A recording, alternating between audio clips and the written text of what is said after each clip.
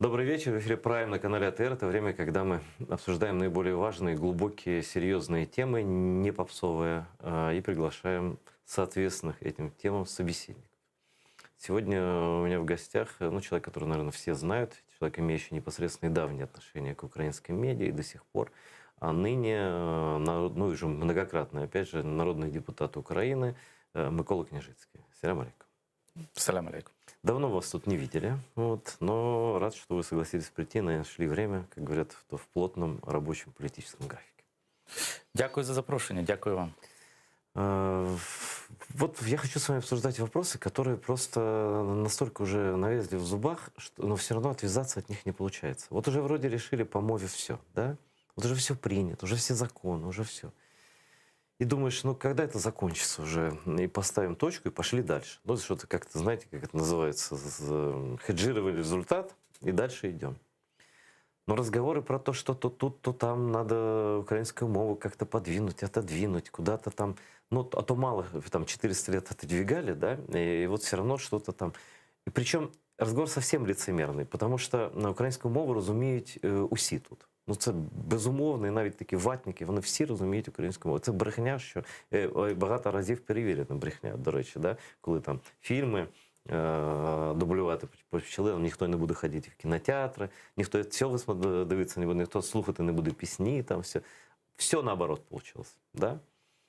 Почему этот вопрос настолько вязкий, настолько долгий, и его поднимают не только там русские, с ними все понятно, да, используют как троллинг, но и у нас все никак многие люди не успокоятся, что они живут в Украине с украинской мовой. Я думаю, що українці ще й кримсько-татарську повинні знати, між іншим, як мову корінного народу. Нічого поганого в цьому не було, було б тільки прекрасно. А українську, очевидно, теж. Соціологія показує, що люди підтримують закон про мову понад 80%. Тому що навіть ті, хто спілкується російською, вони розуміють, що їхні діти повинні знати українську мову, і держави без мови не буває. Ну, так як і у кримських татар, які, на жаль, були у вигнанні стільки років, та й зараз на окупованій території вимушені жити, хоча на своїй землі. Багато людей не знали мови, але всі розуміють, що їхні діти повинні її знати. Більшість, принаймні, так? Ті, хто себе ідентифікують з народом. Так. Так само і українці. Українці закон підтримують. Хто закон не підтримує? Ну, очевидно, Путін його не підтримує, тому що для нього кінець русского міра, так би мовити, там, де закінчується російська мова і де починається інша мова. Він розуміє, де смерть Кощея, на самом деле, звичайно, тому що якщо люди будуть розуміти, що українці – це дійсно окремий народ, а українська – це не яка різниця, це інша мова, і ці люди будуть між собою об'єднані спільними цінностями, то цих людей завоювати буде неможливо, тому що буде дуже великий спротив. Тому, звичайно, звідти йде дуже великий тиск. Крім того, вся російська пропаганда, вона ж розрахована на російське мовлення і на російську мову, тому що російська мова зрозуміла, ти можеш виробити програму в Росії, і її тут будуть всі розуміти, і будуть їй вірити, і будуть розуміти, що це один народ, а якщо люди говорять українською, їм це не цікаво, то пропаганда перестає діяти. Є такі практичні люди, які, наприклад, живуть в Україні, практичні в лапках, я кажу. Це ті люди, які себе відносять до, скоріше, радянського народу, який формував Радянський Союз, а не до українців. І вони є в індустріях, в тому числі і в креативних індустріях. Не секрет, що найбільші виробники серіалів для російського телебачення – це українські компанії, дві українські компанії. Вони офіційно є найбільшими виробниками. Ну, зараз все вже з цим ділом же, да? Та ні, вони мають філії в Росії, виробляють, звичайно, продовжують бути присутніми на ринку. Тут дуже багато знімають, на жаль. І їм байдуже, йде війна чи не йде війна, для них головне кошти, вони в такий спосіб заробляють гроші.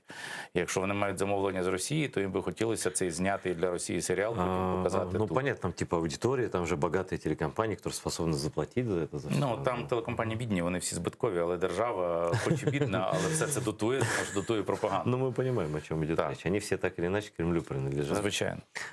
Ви в комітеті по культурі, по гуманітарній політиці, точніше, да, правильно називається? Ну так, ну, зараз ми займаємося гуманітарною політикою, але комітет займається і культурою, і питаннями дитинства, і багатьма іншими питаннями. Ну вот меня волнует конкретный вопрос.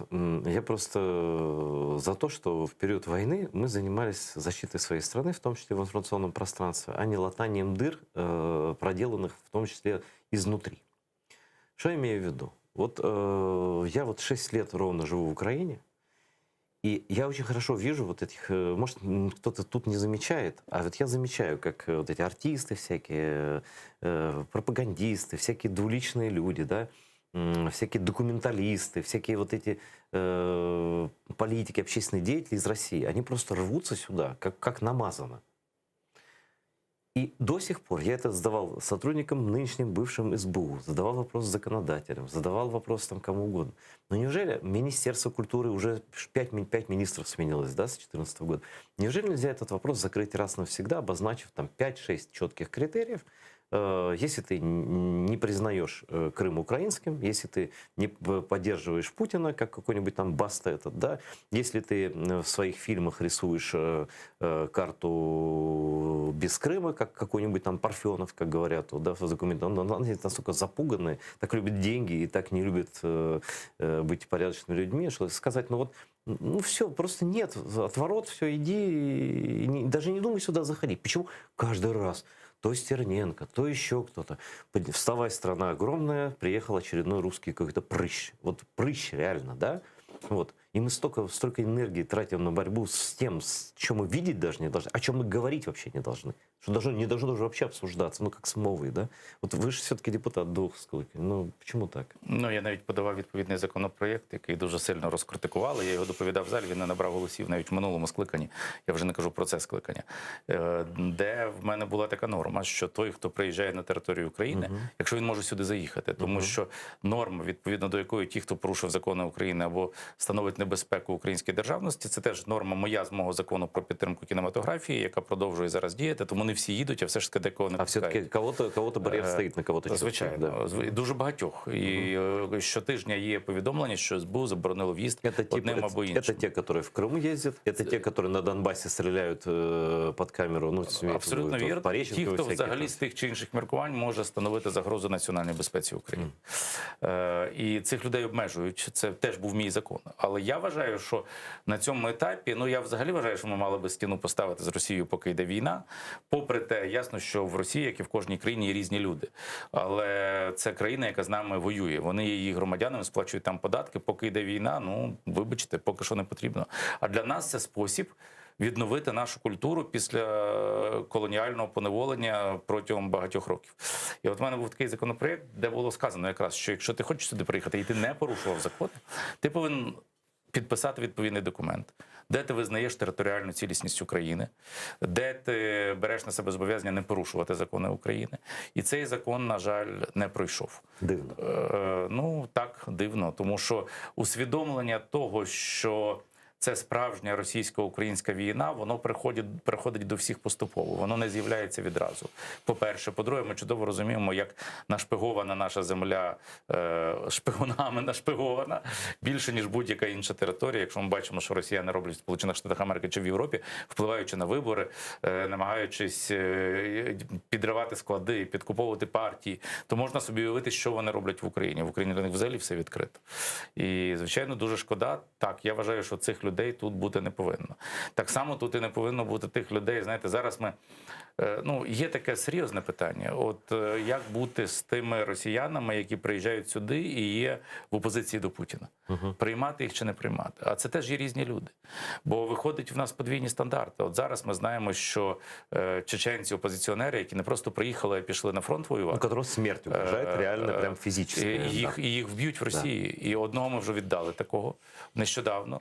А ще троє зараз в списку санкцій, які РНБО затвердило. І це абсолютно несправедливо. Нельзя видавати ні під яким видом. Ну, натомість ті люди, які сюди приїжджають і розповідають, що вони великі опозиціонери, а насправді до України ставляться так само, як і ті, хто Путіна підтримує, до України, до Криму, до кримсько-татарського народу. Очевидно, ці люди тут не повинні бути, але ми їх приймаємо. Це такі подвійні стандарти, бо, на жаль, наша сучасна влада боїться сказати, хто і Путін насправді. Вы знаете, если бы просто ввели такой, я полностью поддерживаю, если ты приезжаешь в Украину, ты можешь приехать, но ты должен подписать действительно бумагу, что Крым — это Украина. Звичайно. И с кем два вопроса, с кем идет война на Донбассе? Что сложного? Или ты так боишься, тогда не приезжай. А может, я вот что-то не сильно уверен, что, например, даже такие люди, которых в Украине очень любят и считают оппозиционерами, там, ну, какими-то вольнодумцами, как это в России называется, да, как, например, Нарим Макаревич или там, Борис Гремячиков, что если им предложить подписать такую бумагу, что они ее подпишут. Я теж не переконаний в цьому. І я, розумієте, в нас є багато своїх хороших і талановитих рокерів. Ми, звичайно, розуміємо, в яких непростих умовах доводиться жити тому ж Макаревичу в Росії, і ми солідаризуємося з тими людьми. Ну, все ж таки, ці люди Репрессии, зараз казематы, отримують... Ні, ну пытки. зараз ці люди не отримують такої можливості заробляти, їх можуть провокувати, переслідувати, там, ще в якийсь спосіб на них тиснути. І все ж таки ми всі вийшли з цього Радянського Союзу. Так? Для дуже багатьох людей це емоційно близькі люди. Ну, це дитинство, юність. Звичайно. Да. І це дитинство, юність, і це неготовність людей змінюватися і усвідомлювати, що тільки зміна внутрішньо себе, відмова від цієї імперської культури, а скоріше відмова від власної меншовартості. Тому що каже Росія? Ми велика російська культура, а всі інші культури гірші. І нас всіх так виховували. Вони не розвивалися. В Україні, наприклад, забороняли український романс. Є величезна кількість, є такий Павло Гунька, він живе в діаспорі, але він українець, він зробив такий громадський рух, от вони шукають в архівах з молодими людьми український романс, відомих композиторів, Лисенка теж, пам'ятники стоять, так, чи Стеценка. А український романс було заборонено, можна було українцям мати лише народну культуру. Тобто це такий другосортний народ, ну, який аборигени, папуаси, щоб було там, от пусть где-то в деревнях там скачуть, да. І як тільки з'являвся хтось, як Володимир Івасюк, який був відомий не лише всюди в Україні, а й в Радянському Союзі, тоді і за межами Радянського Союзу, цих людей фактично вбивали, вони гинули. Тому що ці люди дозволяли собі сказати, що це є сильний народ. І що всі народи сильні, що народ може бути маленьким або може бути великим, але кожен народ сильний своєю культурою. Ну, Советский Союз був російським кастовим государством. І Росія такою залишається. І дуже багато українців підсвідомо лише поступово виходять звідти. Вони виходять. Цей процес все-таки відбувається. статистика есть, да, Звичайно. что больше и больше людей считают себя ну, не так наркозависимыми от русской культуры, там, от Ну, от всех підтримка закону про українську мову, про це свідчить, понад 80% його підтримують. Це означає, що люди розуміють, що вони українці, і що в кожній державі, в кожному народу має бути своя мова. песен. За замовчанням просто обговорювати не Так, треба. звичайно. Да? Что касается песен, музыки. Просто я такого ренессанса украинской музыки, ну, вот, честно говоря, даже я не ожидал. Когда ввели квоты на радио и телевидение, и как-то все забыли уже про то, что кругом эти какие-то Аллегровы, какие-то там, я не знаю, вот эти русские певцы ртом. И как-то без них живем. И рок-группы вот у нас такие прекрасные, да? И певцы прекрасные. И стандарт женского вокала — это уже там не Алена Апина, а Джамала, да? Это вообще вот совсем другой уровень музыки. Мы, оказывается, мы на Евровидении просто там, ну, я не беру 5-е место, 1-е, это все лидирующие места, там дело вкусу уже. Ну, да? це не просто справа смаку, тому що за голосуванням людей Україна на Євробаченні була другою після італійців. Да, ну, Але були ці так звані професійні журі. Очевидно, що Росія має вплив на дуже багатьох, на багато телекомпаній в дуже багатьох країнах. І очевидно, що це не є об'єктивною оцінкою. Якщо говорити про оцінку людей, то ось італійці були першими, а Українка була другою. Да. И это настоящий ренессанс, и который могут записать себе в актив все ваши коллеги, кто лоббировал эти законы, которыми пугали там всякие эти 600 минут, все эти 60 минут, эти русские программы. Все правильно делали. Вот все правильно делали.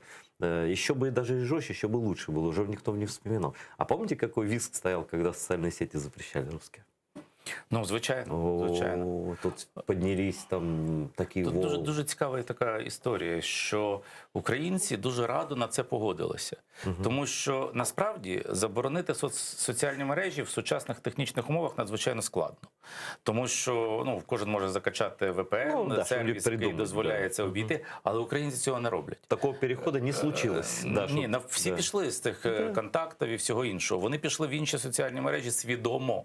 Тому що українці законослухняні люди, і це був законодавчий акт, прийнятий на рівні держави. От і все. Что мы еще должны сделать? Я считаю, во-первых, никакого отступления назад не может быть, да его и не будет. Все эти ситуативные наезды на украинскую мову, они ничем не закончатся. Я просто никому даже не советовал бы из любых Ну, соображений в это мараться. Дивіться, Смысла нет. я з вами тут погоджуюся, але останній раз, коли пропонували знову повернутися російські фільми і серіали на українські екрани, 204 людини проголосували за. Ну, там я не буду в детали вдаваться, там же типа обґрунтовувалось это финансовыми историями, чтобы... Дивіться, да. от я ж з телевізійної індустрії, так само, як і ви зараз. Ну, я-то не из индустрии, я просто ведущий.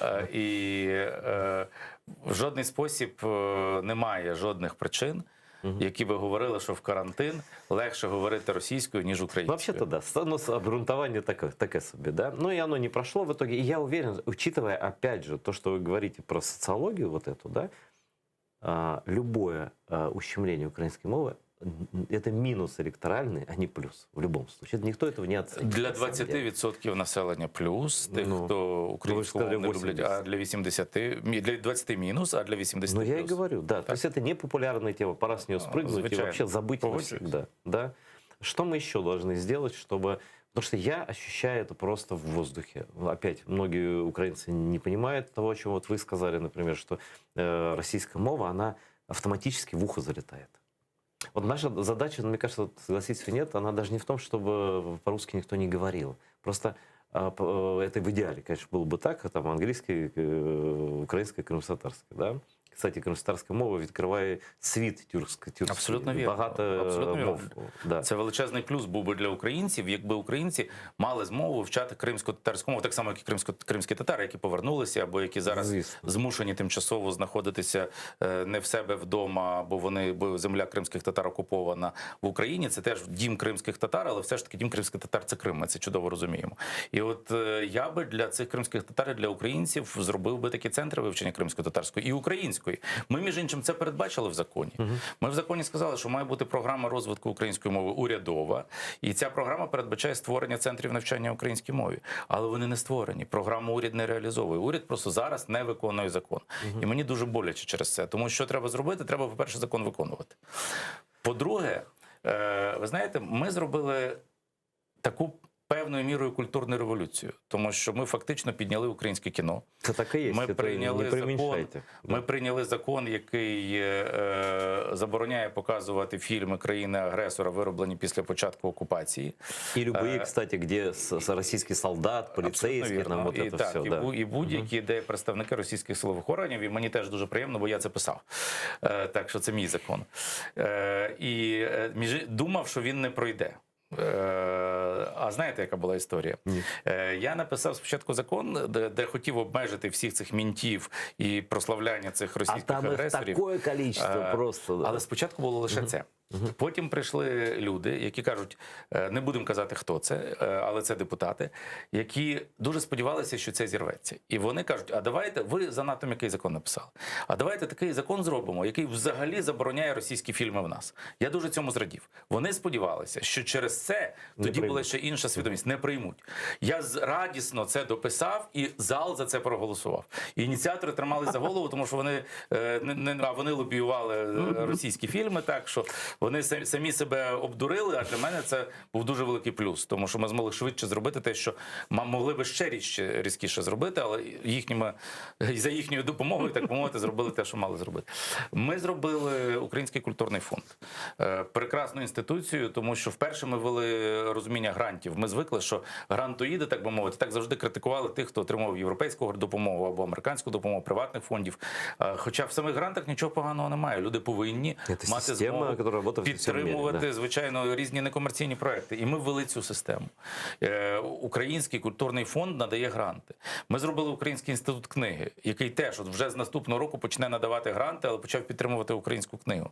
Ми зробили дуже багато таких речей, які справді для культури були важливі. Зараз, на жаль, все це помаленьку знищується, і ми з останніх сил втримуємо всю цю систему, тому що ця система передбачає не лише підтримку української культури, української мови, і так само і кримсько-татарської культури, там є відповідні програми, вона і передбачає відсутність корупції. Тому що незалежні експерти, а не міністр, визначає. Конечно, там голосують таємно. Звичайно. А це багатьох не влаштовує. Це не означає, що міністр не повинен цього робити, тому що держава теж має бути активнішою в розвитку і підтримці власної культури. Не все обов'язково має йти на незалежних експертів, тому що, очевидно, якщо ми захочемо зробити, наприклад, там найбільший в світі кримсько-татарський фестиваль, ну я кажу кримсько-татарський, бо я на кримсько-татарському каналі, але можна привести інші приклади, в Україні, в Києві, то, можливо, експерти за це не проголосують, тому що з точки зору участі там українського суспільства, тих, хто на ці гранти подає, може люди будуть інакше. Але це потрібно за як державною політикою. Звичайно, але державна політика має бути. І оця державна політика теж відсутня, тому що коли в нас створили Міністерство інформації, я тоді, до речі, дуже часто його критикував, тому що я вважав, що це міністерство не допрацьовує в багатьох питаннях. Зараз його доєднало до Міністерства культури, але все ж таки за кількістю програм державних, які реалізовувалися, ми зараз пасемо задніх. Їх стало набагато менше, і мені це дуже прикро. Ну, вообще, вот вы правильно сказали. Например, мы проводили своими силами, ну, пока была возможность финансовая, тот фестиваль детских талантов, крымских татар, да, детей, танцоров и певцов, исполнителей, музыкантов, который был в Крыму, и мы, которые здесь, мы люди из Крыма, их там проверяли на эти русские ФСБшники, и родители проверяли, угрожали. Ну, такие, ну, герои просто с детьми приезжали и выступали. И, конечно, такие вещи, да даже если это из-за коммерчески вообще невыгодно, но мы вывозим детей из Крыма, они здесь выступают, мы это снимаем, это все красиво показываем у людей, а люди потом поступают в украинские учебные заведения музыкальные, выступают на вот зирках, я не знаю, как они называются, эти концерты. А если их бросить там и сказать, занимайтесь там своей на оккупированной территории тихо где-нибудь в кафе, это же совсем другой уровень, то держава за тобой стоит, и ты понимаешь, кому ты нужен. А то ли там, как у русских, там попляши. От, ну. Ну, дивіться, якби я зараз займався інформаційною політикою, у нас був телевізійний канал, який українською мовою і англійською вів мовлення на закордон. Я його тоді критикував, тому що мені здалося, що він не занадто потужний, але все ж таки я міг приїхати в Польщу, в готель, увімкнути і побачити там цей канал. Ще й сам цим займався, домовлявся там в готелях, щоб його просували, просто як громадянин. І його фактично знищили. Зробили російськомовний канал, який російською мовою веде мовлення на всю територію України відповідно до ліцензії. Тобто він це веде мовлення не в Росію. Якби він це мовлення вів в Росію і була відповідна політика, я би це розумів. Ну, это как в Америке. Они же вот эти СМИ американские государственные, они имеют право мовлення на закордон, але всередині ні. Ось так, за правилами. Ну, це так само в Європі, так само до Deutsche Welle, тому що всередині країни пропаганда заборонена, має бути громадський контроль, але за межами має бути відстоювання інтересів держави. Звичайно. І держава мала би це підтримувати. Ми ж зробили всередині країни цю державну пропаганду російськомовну, замість того, щоб її поширювати назовні. Ми не зробили сильного україномовного каналу для українців, які живуть в цілому світі. А треба розуміти, що Україна – батьківщина українців, які живуть в Америці, в Канаді, в Португалії, в Іспанії, всюди, в світі. І ці українці повинні мати свій канал. Ми не підтримали кримсько-татарський канал, який, ви абсолютно вірно сказали, мав би бути прикладом. Всі кримські татари в Криму мали би розуміти, що це їхній канал, що він є цікавий, що він є конкурентно спроможний, що він може конкурувати з російською пропагандою або навіть кримсько-татарською, яку виробляють ФСБшники для того, щоб промивати мізки кримським татарам. Так?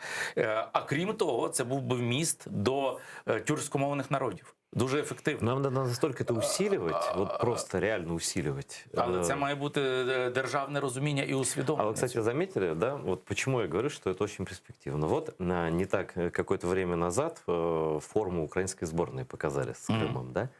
Даже форма, просто силуэт страны на международных признанных картах. Тоненький силуэт страны вызвал такое бешенство в России, такую истерику. Сразу видно, любое упоминание Крыма для них просто аллергенно. Второе. Закон о коренных народов. Только президент подал в Верховную Раду, они там заявления принимают, они в ООН будут там жаловаться. То есть любое упоминание Крыма для них, любая поддержка крымского народа тут же заставляет их реагировать так, что весь мир видит. Это правда оккупанты. От це дійсно окупанти, і ми повинні цим пользуватися. Ну, я взагалі вважаю, що іншого способу, окрім як відстоювання прав кримсько-татарського народу, для повернення Криму Україна не має. Це має бути головною темою в поверненні Криму, тому що це зрозуміє весь світ, тому що це правда, тому що цей народ дійсно є приниженим на своїй землі, тому що цей народ повинен мати права, які мають бути захищеними. Ми говоримо про що завгодно дуже часто, коли говоримо про Крим, але лише не про кримських татар. І це така дуже велика помилка України. Точно так само, як все ж таки Україна мала би визнати Меджліс і підтримати Меджліс. Якщо зараз, вибачте, весь світ, от сьогодні я, чи коли днями якимось я дивився, не пам'ятаю, коли це дивився, в різні країни приїжджає Тихановська, і от її зустрічають як обраного президента Білорусі. Це означає, що вони визнають її легітимність. Те, що має зробити Україна, це визнати Меджліс кримсько-татарського народу органом, який представляє Крим. Знаете, як так дивно, все перевернутая пирамида. Например, во всех европейских документах, и в документах ООН, и в документах Европейского парламента ЕС, на секундочку, крымлы обозначены как коренный народ Крыма и Украины. Прямым текстом. В их документах, которые с печатями, имеют историческое значение, там соглашение об ассоциации Украины с ЕС, все написано. И только в одной стране нет закона, где бы было написано до сих пор, что мы коренной народ Крыма и Украины. И догадаться, что это за страна, несложно. И, к сожалению, это Украина. Мы признаны коренным народом в каком-то добавлении к какому-то постановлению Верховной Рады. И если уж быть до конца справедливым, это горько признавать на самом деле, но уже это второй уже созыв Верховной Рады, и это уже вторая каденция второго президента после Майдана. И это как-то действительно стыдновато. Я погоджуюсь. Ви знаєте, я пам'ятаю, коли я ініціював постанову про визнання примусового переселення кримського татарського народу геноцидом. І до мене приходило дуже багато людей тоді і казали, нащо ти це робиш? Це провокація, за це все одно не проголосують. А це всі побачать, це не пройде. Я кажу, чому? Ми це підтримуємо. Чому це не пройде? Тут дуже важлива правильна ініціатива. Інша справа, що ця ініціатива, звичайно, має бути узгоджена з Меджлісом, щоб дійсно там не нашкодити, тому що є політика лідерів кримських татар, і вона широка і міжнародна. Надо быть в постоянном контакте, а не так, когда стратегию Крыма, я прошу прощения, вас чуть перебил, узнают уже в готовом виде, в виде глава Меджлиса. И когда видно, что нет співпраці. Так не должно дуже бути. Абсолютно погоджуюсь. Взагалі ми в великому боргу перед кримськими татарами, тому що якби ми правильно вели політику з кримсько-татарським народом від початку незалежності, я абсолютно переконаний, що Крим би зараз не був окупованим, і кримсько-татарський народ був би в кращій ситуації. У мене тут немає жодних сумнівів. Когда-то, я всегда люблю вспоминать этот эпизод, вообще считаю, что если бы так чудом случилось, что Черновил стал бы президентом Украины, все было бы по-другому. И я помню его правительскую абсолютно речь про Крым с трибуны Верховной Рады, где он говорил, что единственный у нас способ, или как-то я недословно цитирую, навсегда привязать к Крыму, завязать Крым и Украину, это поддерживать коренной народ. И крымские татары всегда голосовали за Народный Рух, за все проукраинские партии, практически единственные в Крыму. И если бы эта политика была основана вот на этом видении Чернового, ничего бы этого не было. Так жалко, на самом деле.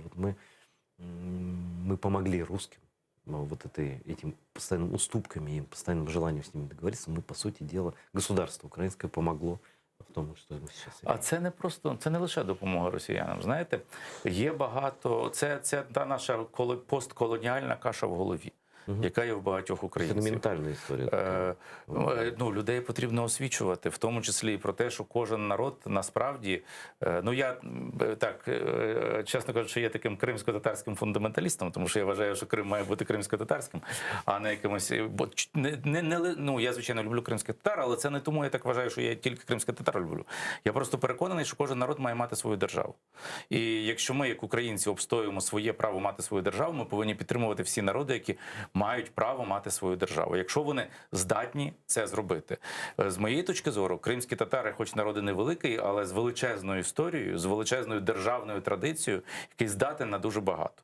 Тому, звичайно, ми це повинні підтримувати, але дуже багато українців кажуть, а це для нас може бути небезпека, а ви ж розумієте, а це буде турецький вплив, а це буде ще щось. І це пострадянські наративи, вони сидять... Я боюсь, що це наративи Екатерини II. Которой просто она как эстафетную палочку передала до Путина включительно, да? Вообще считаю, что эта империя, она как раз и началась, по большому счету, с аннексии Крыма, в нарушении тогдашнего мирного договора Кучука-Надвинского, это первое.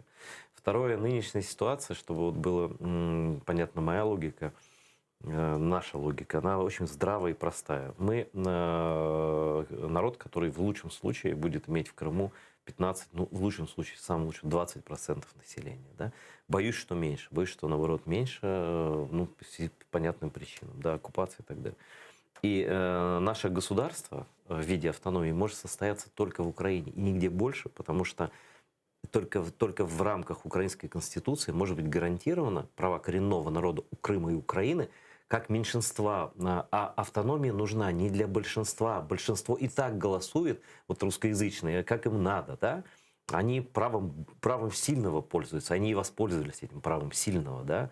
Всегда притесняя там нас и так далее. И часто центральная власть на это закрывала глаза этим местным элитам пророссийским. В итоге что имеем, да? Нам-то как раз нужна автономия и конституционные гарантии именно от Украины, потому что иначе нас просто буде всегда там математичне меншинство. Ну, але я вам скажу, що євреїв теж була меншість, коли Ізраїль створювали, знаєте. А по світу, ясно, що їх по світу було більше, ніж кримських Да, татар, конечно. але немає значення розмір народу. Ну как не? Ну сейчас демократия. Вы же понимаете, что количество всегда демократія. право. Знаєте, я народився і виріс у Львові. Ну, А це дуже цікаве місто. Тому що з цього Львова пішло, там було два професора в 30-х роках в університеті. Один – це Рафаель Лемкін, який стверджував, який є автором терміну геноцид. Який стверджував, що, ну, власне, історія з визнанням геноциду євреїв під час Нюрнберзького процесу базувалася в тому числі на наукових розробках і на позиції Лемкіна. Інший – це, ой, вилетіло мені прізвище з голови, вибачте, він єврейського походження, у нього таке непросте прізвище, але це теж професор Львівського університету, який взагалі є автором концепції прав людини. І вони обидвоє працювали радниками в юристів, які працювали на Нюрнберзькому процесі. Один говорив про права народу, другий говорив про права людини. Тому що коли знищували когось, то знищували кого? Народ чи людину? Ми можемо говорити і так, тому що і перше, і друге правда. Але це два підходи, між якими має бути певна синергія. Просто ці два підходи, які пов'язані з правами людини і з правами народу в цьому столітті, народилися тут, на території сучасної України. І тому українці якраз мають бути тим народом, які мають навчитися захищати і права кожного з нас як громадянина чи кожної людини всюди в світі, і права народів. Тому що у Львові була найсильніша... Я про це не знав, так, але це певна місія. Да. У Львові була найсильніша правнича школа. У Львові було дві хороших школи. У Львівському університеті одна дуже відома математична, тому що ці люди, там професор Банах, там багато інших професорів, які отримали потім Нобелівську премію, їхня математика стала основою фізики і, на жаль, підставою чи базисом для винаходу найстрашнішої зброї. А друга – це міжнародне право, яке найсильніше в Європі було у Львівському університеті. Тому ці гуманітарні теми для нас всіх дуже близькі. Вы мне открыли что-то новое, интересное. Но вот как раз, как было написано на кольце Сулеймана, кто спас, или Соломона, кто спас одного человека, тот спас целый мир. Да? А здесь и украинская держава, есть и у любого, кстати, украинского президента, кто на это решится, и у парламента, и у политических деятелей.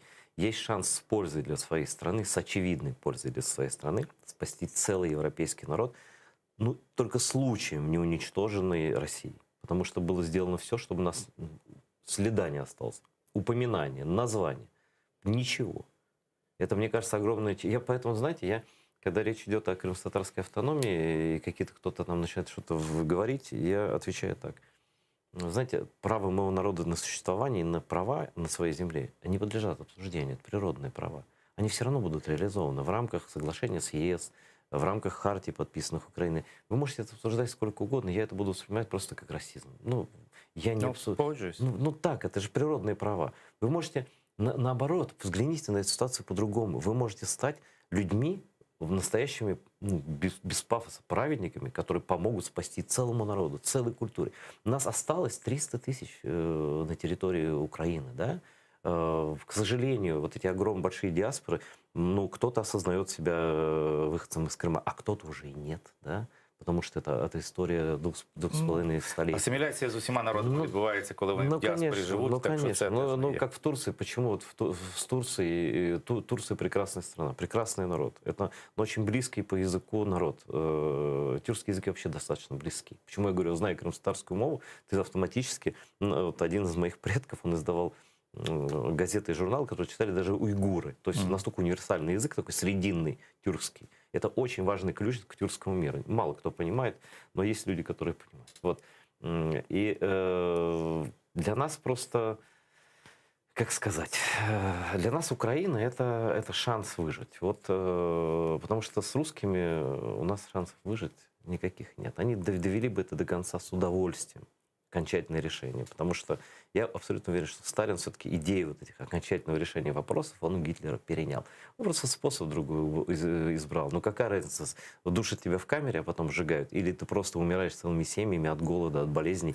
Ну, я вам скажу, моя родина по маминій лінії походить з Галичини. Угу. І вони жили на такому клаптику української землі, який знаходиться на півночі Львівської області зараз. Так от, коли Радянський Союз і Німеччина окупували Польщу і прийшли з двох сторін і розділили Польщу, Польщу вони розділили по так званій лінії Керзона. Це лінія з Першої світової війни. І от частина півночі Львівської області відійшла до німців, тому що німці, Гітлер і Сталін Польщу розділили. Частина відійшла до німців, і частина моєї родини була там, а частина відійшла до Радянського Союзу і стала частиною воз'єднаної України. Що відбувалося потім? Потім, коли Друга світова війна продовжувалася, німці відступали, то ця частина, яка була під німцями, відійшла до поляків. Коли туди прийшли німці, що вони зробили? На цих територіях традиційно жили українці, поляки і євреї. Коли прийшли німці, вони винищили всіх євреїв. Потім прийшли поляки. Коли прийшли поляки, розпочалася акція «Вісла». Під час акції «Вісла» було переселено зі своїх домівок, в принципі, зроблено те саме, що і з кримськими татарами, понад 700 тисяч українців. А загалом переселених було понад мільйон. Тобто мільйон українців залишилися без власного житла в ті самі роки, приблизно там, ну, в ті самі десятиліття, коли це відбувалося. Це ще ми не дійшли до совєтської депортації, післявоєнної. Що відбулося потім? Виселили українців звідти. Потім був обмін територіями. І ці землі знов були приєднані до України аж в 1951 році. Коли приєднали ці землі до України, виселили звідти всіх поляків. І туди переселили тих українців, яких виселили з власних домівок з Польщі або ще десь, але це не ті люди, які там жили. Так? І от всі ці люди, всі люди, які там живуть, там 90% це люди приїжджі. Тому що місцевого населення там не лишилося, коріння не лишилося. Не могло бути. Дитинство мого батька прийшло в Центральній Україні, в селі, якого зараз теж не існує. Здавалося б, а що було таке в Центральній Україні? А в Центральній Україні створювали каскад морів на Дніпрі. І от лише там, де Кременчуцьке море зараз, а було ще Каховське, було Київське, було в 50-х роках виселено зі своїх домівок в нікуди понад 130 тисяч людей. Лише з території одного моря. Там декілька міст є під водою цього моря. Тобто ще 130 тисяч людей вже в Центральній Україні за Сталіна взяли і вигнали зі своїх домівок.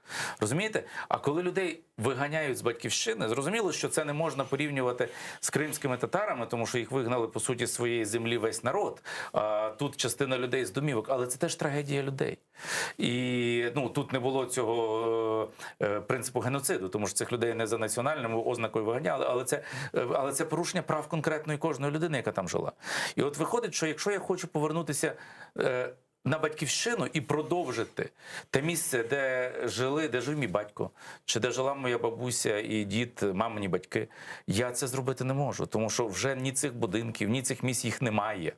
І оце життя без коріння – це те, що дуже часто нас відрізняє від дуже багатьох інших людей. Тому що коли ти живеш без коріння, ти втрачаєш власні цінності. І ти стаєш рабом.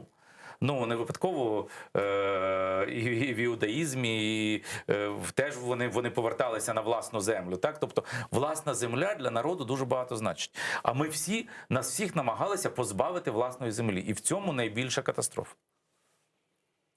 Я бы сказал всего своего, но землю, конечно, в первую очередь, потому что когда то, что, к сожалению, вот, многих переселенных на самом деле из Украины, многие остались в Сибири, на Дальнем Востоке. И там, в общем, достаточно людей с украинскими именами и фамилиями, которые, к сожалению, не считают себя украинцами.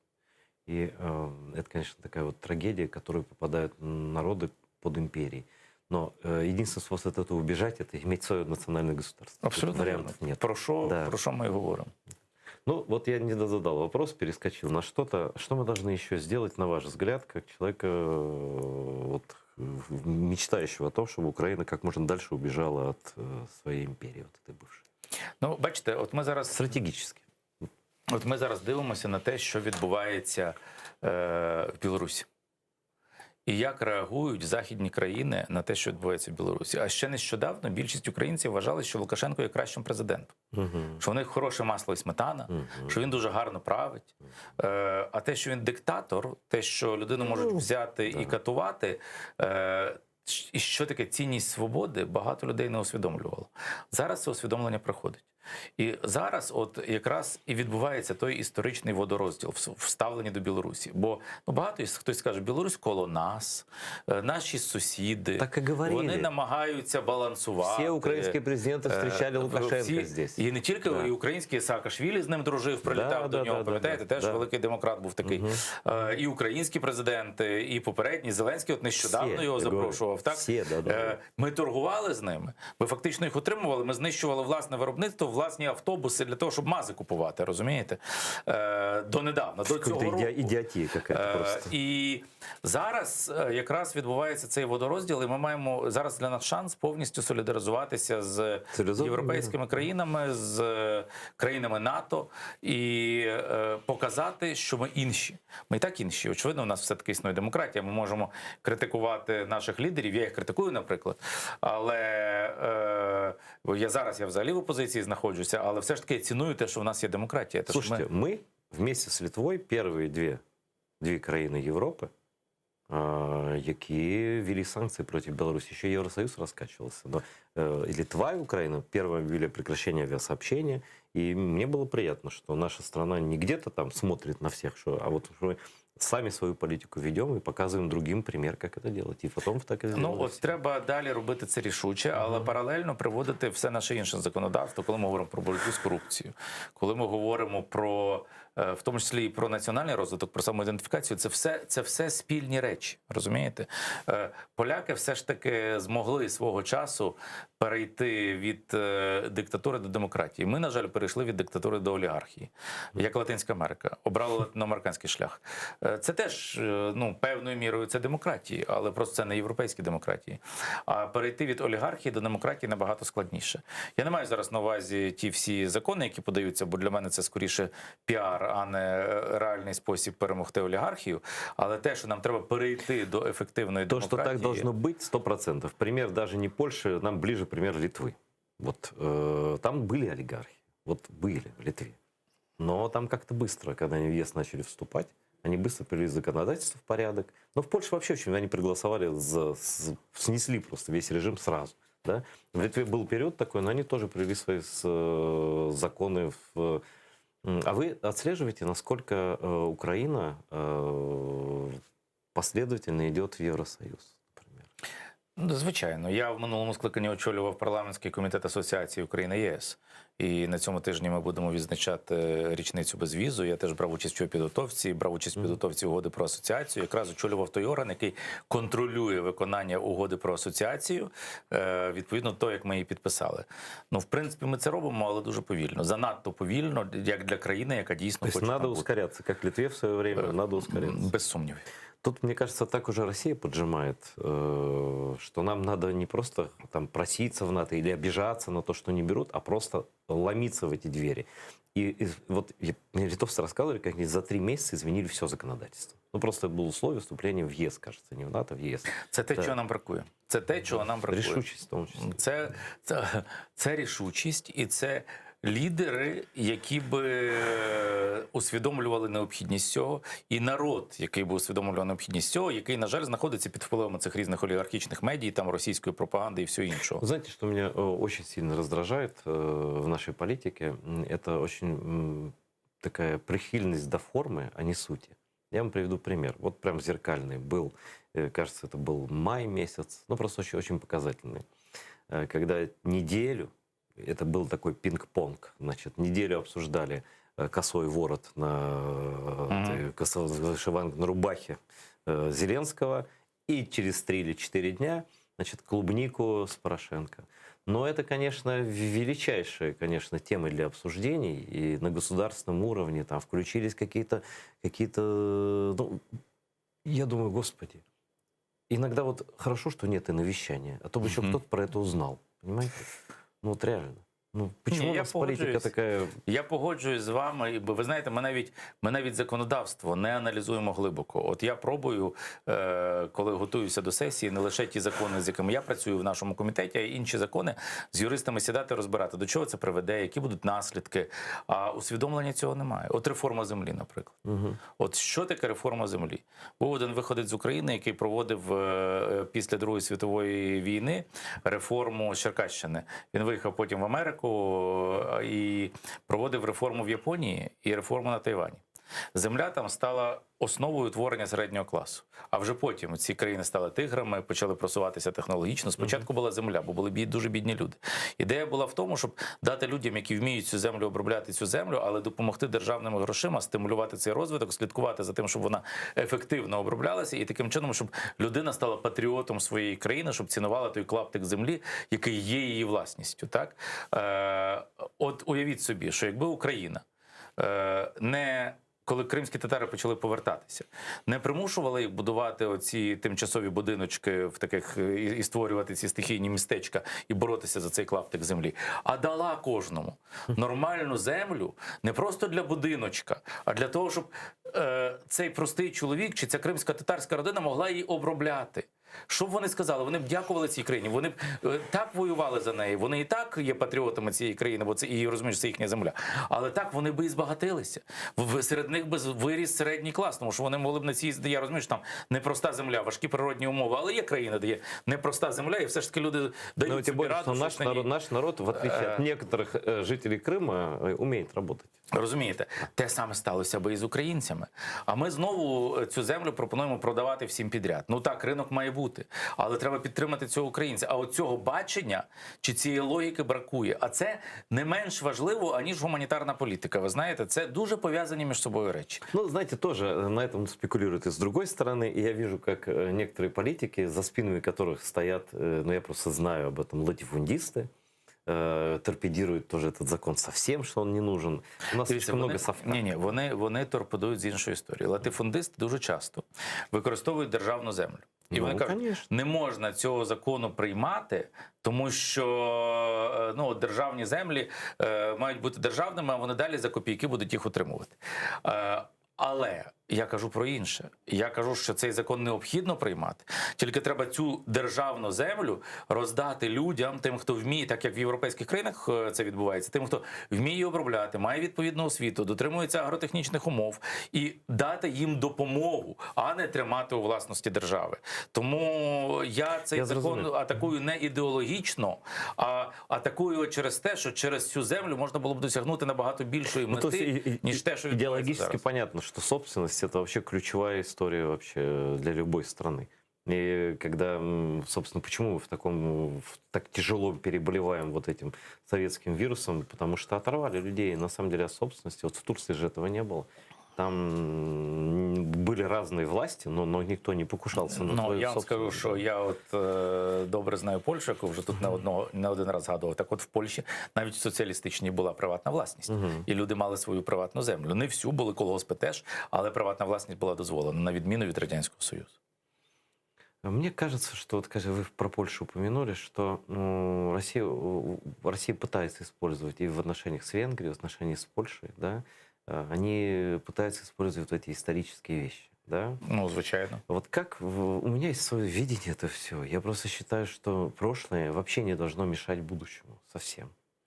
Мы не будем жить в прошлом, но это только шизофреник может думать, что он может куда-то переселиться. Вот как эти вопросы закрыть и как противодействовать русским, которые на самом деле стравливают соседние народы? Это их главная политика. Поэтому они вот и до сих пор последняя империя человечества. Ну, На жаль, якби не було ґрунту поживного для цього, то їм було б не так просто. Очевидно, що в кожній країні є свої Ну, політики, звісно, які є. намагаються це Да. використовувати. І росіяни цих політиків фінансують, підтримують, використовують.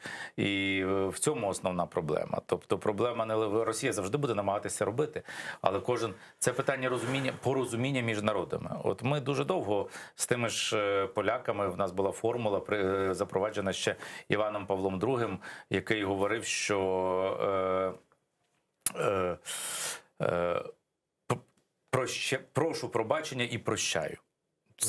Це була його формула по відношенню до конфліктів українсько-польських, наприклад. Ну, звісно, тим більше ми не брали участь у цьому взагалі.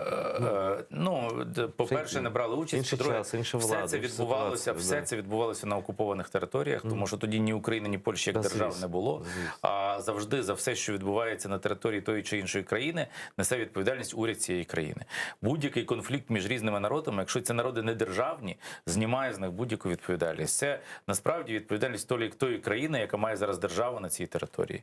Тому навіть якщо хтось би хотів в чомусь звинуватити там чи українців, чи кримських татар, в той час, коли не було держави, це не має жодного сенсу і це суперечить міжнародному праву, яке, до речі, як я вже говорив, основа якого закладені у Львівському університеті. Ну, сьогодні ми мали можливість прослухати лекцію, частково лекцію про історію. Я не знав цього. Я вам дуже вдячний. І я за те, щоб у політиці, незважаючи на те, хто в більшості, хто в меншості, незважаючи на розбіжності, і великі часто розбіжності, в ключових питаннях, як то територіальна цілісність, як то українська мова, як то протидія інформаційної агресії, вона продовжується. Добре, що закрили ці канали, але вони будуть шукати інші способи, бо грошей в них забагато, так? На жаль. І чим більше людей будуть стояти на твердих державницьких, підкреслюю, це навіть не політична позиція, тим буде краще.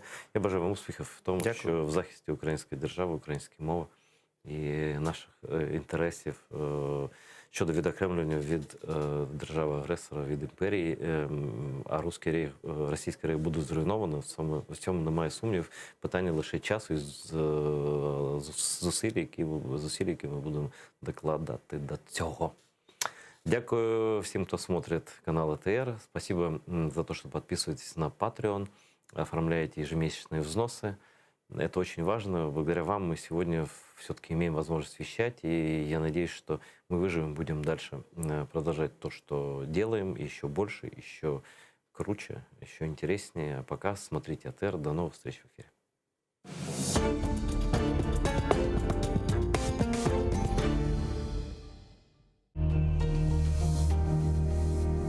Ізраїльські вчені створили унікальний засіб, що містить природні інгредієнти.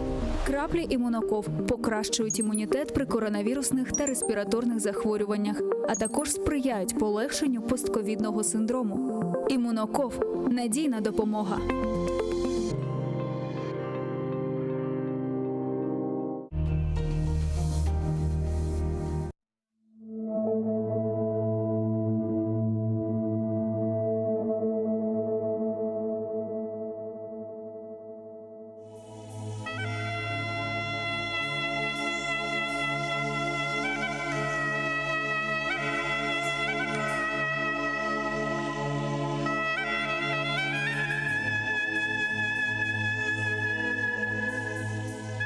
Ал боруны, юр кетейік яйлаларға.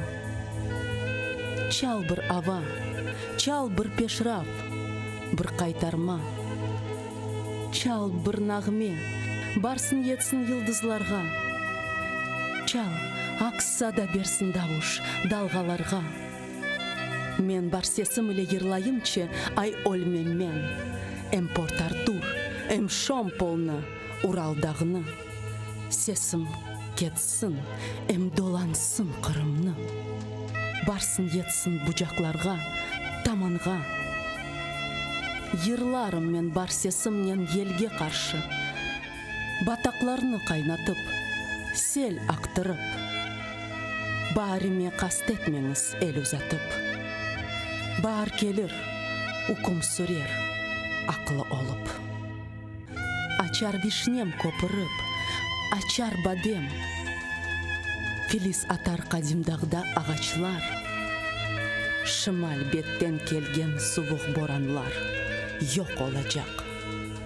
Қачар, бақыр, борудан.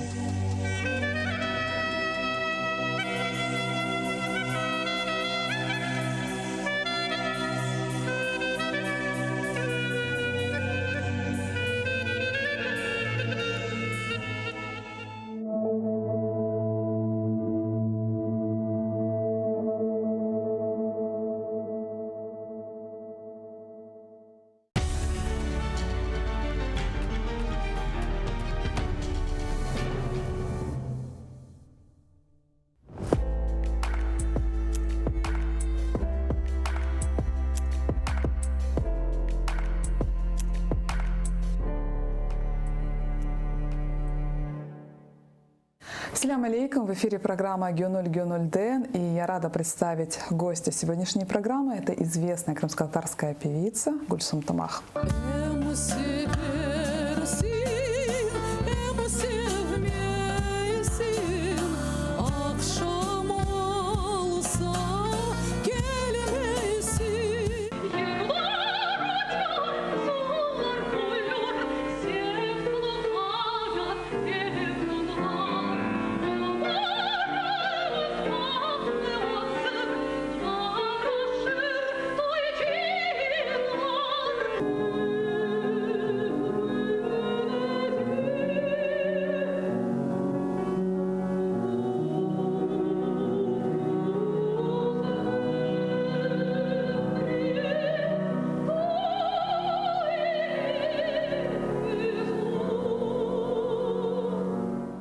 Ассаляму алейкум, Гульсум Ханум. Мирабанс. Гульсум Ханум, как бы вы себя сами представили? Расскажите немножко о себе. Я певица, и с недавних пор я педагог, репетитор вокала. Все. Очень скромно. А еще? 30 лет я проработала в Крымской филармонии солисткой, вокалисткой. Из них 10 лет я еще параллельно работала солисткой ансамбля «Хайтарма». До этого я преподавала в Ташкенте в музыкальном училище имени Хамзы и работала солисткой оперной студии. Спела 7 главных партий.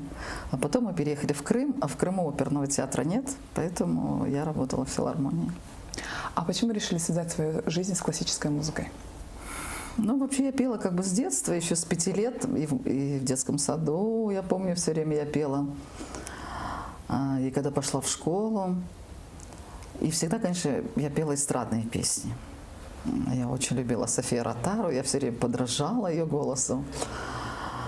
И меня дали в музыкальную школу на фортепиано. Тогда детям было запрещено заниматься вокалом. Я до сих пор придерживаюсь этой тактики и считаю, что это неправильно заниматься в 6-9 лет с детьми вокалом. Можно просто петь песенки, но не заниматься вокалом, ставить дыхание. Тогда не было вокала. Я училась на фортепиано 7 лет.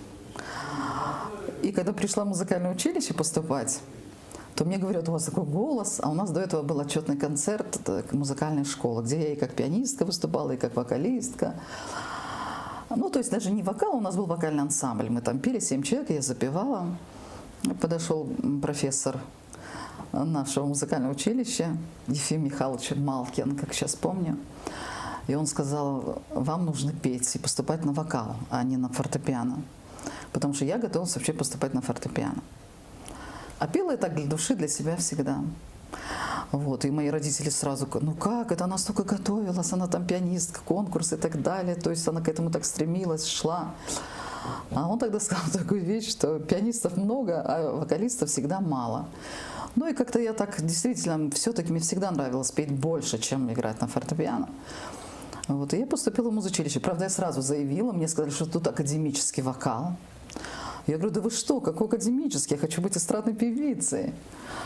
Но мне сказали, что в то время действительно эстрадных отделений не было вообще, никакого эстрадного вокала, вообще это понятие тоже как-то мне и сейчас не очень понятно. То есть все певцы вообще проходят академическую школу, а потом каждый выбирает свою специальность. Кто хочет фольклором, кто хочет джазом, кто хочет остаться в опере там, или пойти в эстраду. Вот тогда так и было в те годы. Это были, сейчас скажу вам, в училище я поступила в 1979 году. Советский Союз. Ровно через полгода после занятий с моим педагогом, у меня была Валентина Ивановна Опрятнова, она была доцент Ташкентской консерватории, но приезжала на несколько уроков в неделю, чтобы заниматься со мной и еще с 2 девочками. Через полгода я уже, когда вот это все вошла в эту академическую музыку, я думаю, боже мой, что там это эстрада? Там же вроде как легко так все петь, рот открыл, поешь. А тут столько всего надо изучить. И мне как-то все это заинтересовалось. Я вообще все время любила что-то вот в глубину изучать. Не так вот поверхностно там. Вот. Мне это понравилось, и я уже решила, что я буду только оперной певицей ровно через полгода. И дальше была консерватория, вы успешно окончили консерваторию. И у вас, насколько я знаю, у вас было очень много приглашений в театр, в главный театр оперы и балета имени Наваи. А даже в Московский театр у вас были приглашения. Удалось ли поработать все-таки в театрах? Вся моя дальнейшая судьба была связана с переездом в Крым. То есть я закончила консерваторию в 1988 году, и уже начали наши все активно уезжать в Крым. Я была направлена в театр оперы и балета имени Алишера Наваи и собиралась там остаться работать. Но я была так воспитана, что вот если родители... Я всегда слушала, что говорили родители. И Мина Рахметли Бабам говорила: Хазум, если ты здесь останешься, в Ташкенте, то, наверное, ты уже и никогда не поедешь в Крым. А это такая была, вы знаете, идея. Фикс всегда в нашей семье, что надо переезжать в Крым и как можно быстрее. Я даже помню, что у меня папа учитель истории, и у нас висела карта Крыма. И он всегда с нами, так, у нас 2 дочери, сестренка у меня еще есть, и он говорил: вот в какой город мы переедем в Крым? И мы всегда спорили. Мама у меня из Балаклава, она говорит: в Севастополь там. Папа, а я из Судака, давайте в Судак. И он, говорит, давал нам простые такие карандаши и говорил: вот сейчас с закрытыми глазами, куда Гульсум покажет, туда и будем переезжать. Ну, это такая игра была. Вот, поэтому это вот эта идея, что в Крым, в Крым, в Крым. И тут, если я иду в оперный театр, это понятно, начинаются роли, начинаются партии, разучивания. То есть оттуда бы я, своими силами я точно бы не переехала.